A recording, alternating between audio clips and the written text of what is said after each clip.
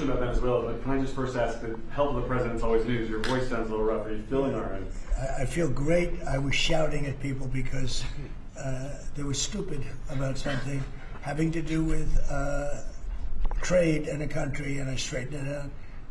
But I blew my stack at these people. Well, it sounds like there's a follow-up there, but can I ask you about Venezuela? You suggested... Sounds as the what? It sounds like there's a follow-up there, but can I ask you about Venezuela? I thought you said there was a polyp. And I said, I don't want to hear that. Okay. You suggested you've made a decision about what you want to do next about Venezuela. I understand you don't want to tip your hand, but is there anything you're ready to rule out at this point? Are you ruling out U.S. troops on the ground? No, I don't rule out that. I don't rule out anything. We just have to take care of Venezuela. They dumped hundreds of thousands of people into our country from prisons. Nobody knows better than this young lady right here. She's done an incredible job with Tom Homan and all of your people. It's amazing. You know, we have a tight border right now. Nobody comes in. But we had millions of people pouring through. A year ago, we had millions of people pouring through our border. And many of them came from Venezuela, including Tren de Aragua, the gang. And I guess what I'm hearing, Christy, is that's as bad a gang as there is anywhere in the world. It's the worst. Absolutely, sure. Absolutely, they are the worst.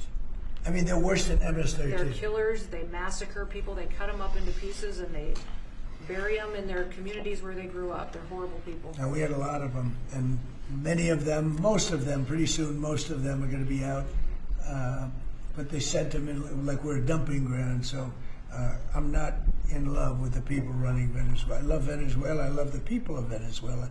But what they've done to this country, and I really say this, what Biden and the Democrats have done to this country can never, ever be forgotten. You suggested Maduro wants to talk. Are you prepared to speak with him directly? Would you commit to doing that before you order strikes? Yeah, I probably would talk to him. Yeah, I talk to everybody. Mr. President, go ahead. on Garrett, was that what you were referring to? Was that India? Rebecca Zalko with Blaze News. So in a recent interview, you had made some remarks about H-1B visas. You said about H-1B visas. Yeah. You said that there were certain talents that Americans needed to outsource to foreign workers. Could you clarify? Until they learn that, yeah. Like, for instance, if you're going to be making chips, we don't make chips too much here anymore, but we are going to be in a period of a year. We're going to have a big portion of the chip market.